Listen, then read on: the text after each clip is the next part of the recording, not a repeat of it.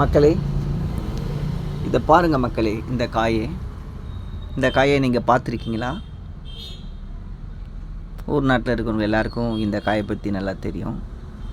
இது சின்ன வயசில் மண்ணில் வச்சுட்டு டிராக்டர் மாதிரி கொட்டி கலப்பை மாதிரி இழுத்து விளையாடுவாங்க சின்ன பசங்கள்லாம். சின்ன வயசில் சின்ன பசங்க இல்லை, நானே விளையாடியிருக்கேன். இந்த காய் பாருங்கள், இப்படி பார்த்தா நாக வடிவாக தெரியும். இதில் சில வார்த்தைகளை எழுதி வச்சிருக்கு. இயற்கையிலேயே சில வார்த்தைகளை இந்த பிரபஞ்ச சக்தி இதுக்கு கொடுத்துருக்கு. பிரபஞ்ச சக்தி இதுக்கு கொடுத்துருக்கு. ஒரு சித்தர் இதை படிச்சிருக்கார்.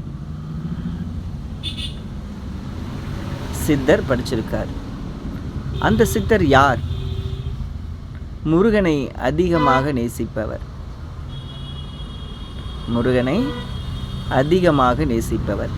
மக்கள் நோய் இல்லாமல் வாழ வேண்டும் என்று நினைத்தவர் நமது ஐயா போகர் தான்.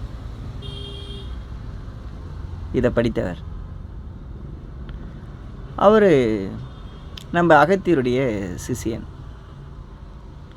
சீடன். அவர் இதை படித்திருக்கார். இது எதுக்காக, இது யாருக்காக இது கொடுக்கப்பட்டது?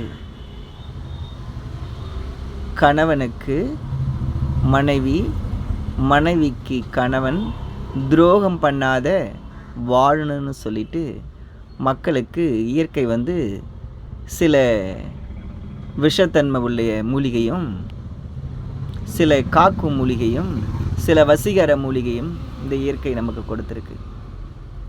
அதில் உள்ளது தான் இது ஒன்று. இது முழுமையாக என்ன செய்யும்? இது என்ன பண்ணணும்? இதை என்ன நம்ம பண்ணணும் என்று சொல்லிட்டு நான் அடுத்த வீடியோவில் உங்களுக்கு நான் ஃபுல்லாக சொல்கிறேன். அடுத்த வீடியோவை பாருங்கள். இந்த வீடியோவை கேட்டுட்டு அடுத்த வீடியோ பாருங்கள். லைக் பண்ணுங்கள், ஷேர் பண்ணுங்கள், சப்ஸ்கிரைப் பண்ணுங்கள். நான் போடுற வீடியோ உங்களுக்கு கிடைக்கணும்னா என்னுடைய பெல் பட்டனை அழுத்திடுங்க. வாழ்க வளமுடன். அடுத்த வீடியோவில் உங்களுக்கு முழுமையாக இதை பற்றி நான் சொல்ல போகிறேன். அப்படின்னா நான் நாளைக்கே சொல்லிவிடுவேன். வாழ்க வளமுடன்.